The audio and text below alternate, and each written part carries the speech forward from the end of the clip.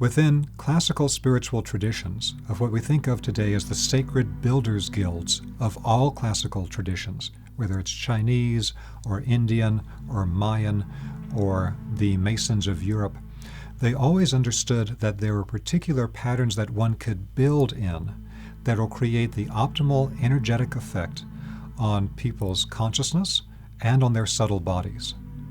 Now, a higher level of that knowledge is understanding that there's a way to become a sacred builder who can actually form the blueprint for the next round of evolution.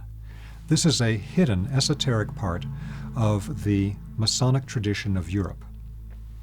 We need to be aware that the modern Masonic tradition in Europe and North America is what's known as speculative Masonry. It's called speculative Masonry because they basically speculate about esoteric matters, and they no longer, for the majority of them, actually physically build anything.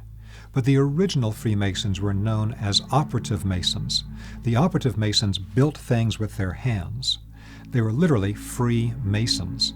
They knew how to create forms out of the physical earth and transmute it into a new form with sacred geometry that would change the vibrational characteristics of the physical elements. So hidden within the Western Freemasonic original operative Mason tradition is the understanding of something that's called the royal art. The royal art was understood originally as being the initiation of the Mason to know how to transform physical matter to a new geometric form that would form the literal blueprint for the next phase of evolution.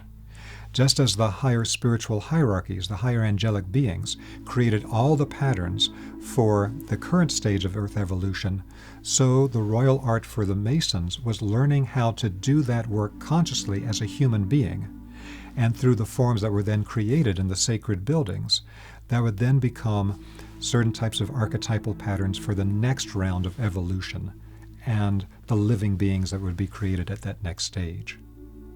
We are reaching the point today in modern science and technology that the human race is essentially becoming a creator being, where we will have the capacity to create matter molecule by molecule. Today we call this nanotechnology. It's very interesting to note that the very beginnings of nanotechnology, when they were trying to figure out how molecules fit together if you're building matter, they didn't know how to put certain things together until they went to bodies of work that were derived from classical sacred geometry. One famous example is that to know how to build certain forms of carbon, they had to go to the work of Buckminster Fuller. And Buckminster Fuller had described certain geometric patterns, like what we call today buckyballs. And his work was based on ancient Greek knowledge of Platonic solids and things of that kind. So what happened is that in modern nanotechnology, they had to go back to Buckminster Fuller and back to the ancient spiritual tradition's knowledge to be able to actually create matter molecule by molecule as we have the capacity today.